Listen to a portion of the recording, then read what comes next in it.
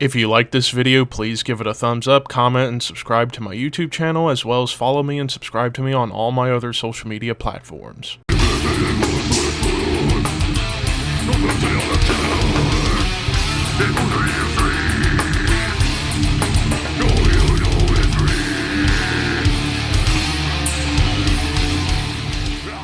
What's up, Thrashers, and welcome back once again to the Thrash Maniac 99 YouTube channel, and I am back with another album review for you guys. Tonight, I am talking about the second studio full-length offering from new upcoming Swedish death metalers, Wretched Fate with CARNAL HERESY. So yeah, this is their second album on Redefining Darkness Records, which... that's a really good underground label that's been going strong for the past several years. I actually have a couple of things from that label. Really good stuff. Plus a really good YouTube channel as well. But yeah, so this was my first time checking out Wretched Fate, and I heard about these guys courtesy of my boys over at the Thralls of Metal. I heard the name pop up on, I believe it was their Bloodbath album ranking video, hearing this name called Wretched Fate. And I still haven't checked out their debut yet, but when I saw on Metal Archives as to what was coming out, and I saw Wretched Fate had a new album coming, I was like, you know what? I'm going to check this band out and see what they're all about. And boy, was I in for some awesome Swedish death metal goodness. Like, basically, Boss HM2, death metal in general, I am a big whore for. Just like my buddy Necrotic Nick, I too am a big whore for HM2 death metal. Just because that tone, it's just so grisly and buzzsawy and just gross, and I love that. It's possibly the best guitar tone in death metal, arguably. There are other bands that got great tones, but just this HM2 pedal, ugh. And I was hearing that this band was very much compared to Bloodbath, almost like what would happen if Bloodbath went maybe more technical.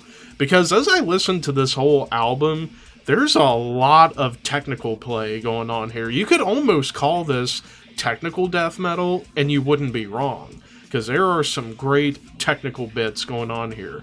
Like in the opening track, Mind Desecrator, pretty much feels like a technical Bloodbath song. There's a lot of like crazy angular riffs and some like crazy guitar things going on all over the place.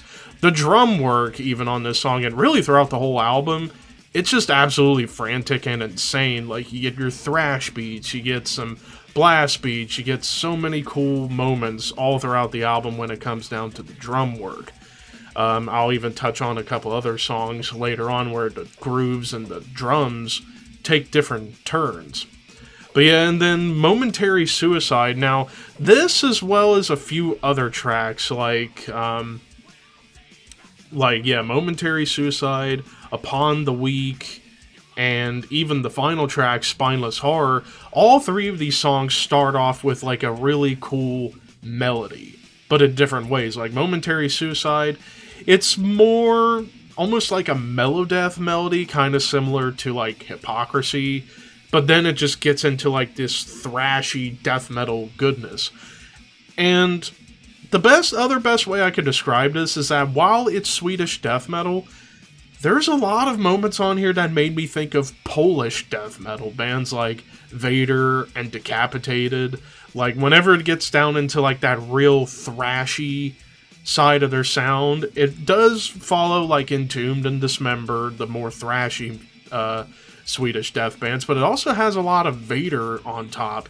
And then whenever it gets into the more technical bits, it made me think of classic Decapitated, like the first 4 albums and the latest album.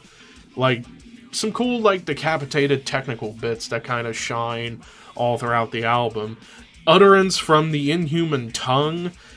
There are moments on here, like, it starts with a riff that feels like Morbid Angel. And then it gets into more of that Entombed and Dismember worship. But then you even get, like, a cool Morbid Angel groovy break in the middle of the song to break up the thrash. Cry from Beyond is quite murky to begin, And then it just gets into a brutal groove that, again, brings back the Bloodbath vibes. And I also like the little speed flares going on. Well, I don't know if I should say speed flares, but the way the guitarists are picking on the riffs, like dun dun dun dun dun dun. Like, I always like hearing those like cool little chug moments on the riffs. Some horror atmosphere comes in here, and then you get these really big chugging riffs towards the end of the track. Umbilical Suffocation, definitely one of the creepier songs of the album, as it has creepy baby sounds, but then it just gets into more of that like thrashy death goodness. There's like really cool like sinister crawling riffs going on, and even the middle section does a great job at building tension into the breakdown. And even a cool bass line gets highlighted on this track. Harlots for the Suffering, this one kind of is all over the map. Like, it's mostly classic Swedish death metal D beats, like early Entombed in particular. But then you also get some like cool hammer-ons and pull-offs on the guitar, and even like a gallop that made me think Iron Maiden in terms of the rhythm and the gallop itself, just done in a death metal way. And then you get like blast beats and even some like gross death metal tremolo riffs, as this track almost felt like perhaps a more technical Entombed a little bit. And I forgot to mention that also with Mind Desecrator, it does get a little bit punky as well.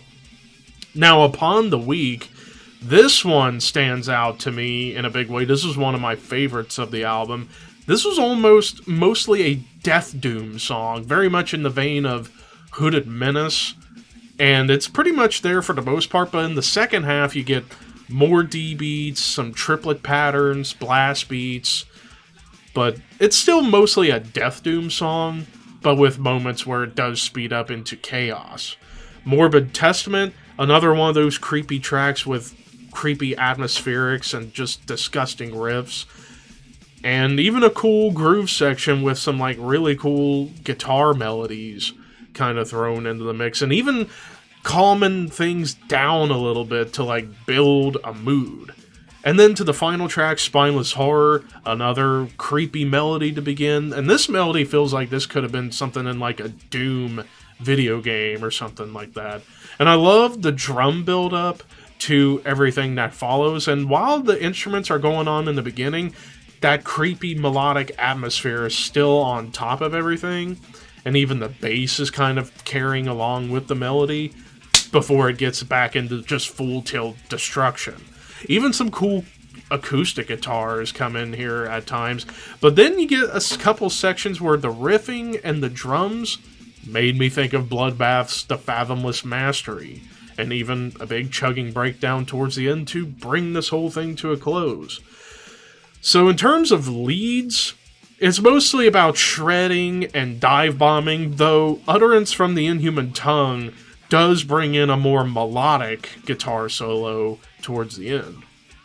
The bass is very, very grisly. The drums, like I said, they're frantic and insane. The riffs get thrashy, chuggy, and technical. The vocals is very interesting, because I really like the delivery of the vocalist on this. It almost feels like the vocals kind of sit in between prime Death Growl Michael Ockerfeld and early George Corpse Grinder Fisher, like in Monstrosity. It feels like it sits right in between those two styles, which I really, really like. Now, the production is fucking great at maintaining filth and murk, but still be listenable. Although I do wish there were times where I think the snare could have been turned up just a notch in the mix. But overall, like, I love the transitions that are going on here. Really, I can't really think of anything major to complain about other than just maybe turn the snare up just a notch in the mix. But overall, this is one hell of an album. If you are a fan of bands like Entombed, Dismember, Bloodbath, Vader, and Decapitated, you are going to dig this. 9.5 out of 10. This is definitely one I've got to pick up in the collection. Same with the debut, because holy shit. Doing gross Swedish death with some technical bits, Not that often you hear that, but man, these guys did it very, very well.